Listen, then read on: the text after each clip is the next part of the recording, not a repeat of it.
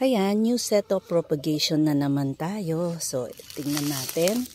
Ayan, meron na silang mga flowers. Ayan, yung mga na-propagate natin. So, 22 days na sila. So, tatanggalin ko na yung kanilang goma. So, pasisingawin natin. Pero tingnan nyo naman ang kanilang mga flowers. Ayan, oh. So, ayan.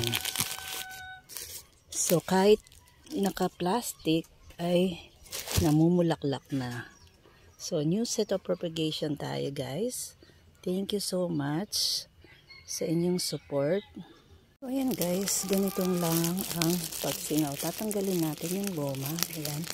Tapos, kung may nakita tayong kagaya nito, ayan, no, meron na siyang flowers. Kagaya nito, kung may nakita tayong dahon na tuyo dito, ay tanggalin natin para hindi na mahawa yung na-propagate natin. Tapos, ibabalik natin uli yung plastic.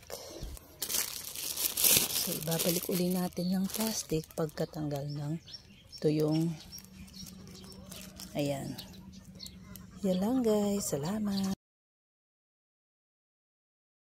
So, ayan, guys. Ganitong lang ang pagsingaw. Tatanggalin natin yung goma. Ayan.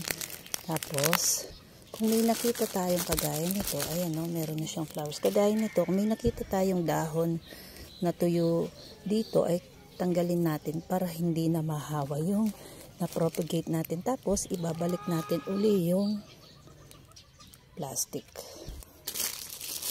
So, ibabalik uli natin ng plastic pagkatanggal ng tuyong. Ayan. Yan lang, guys. Salamat.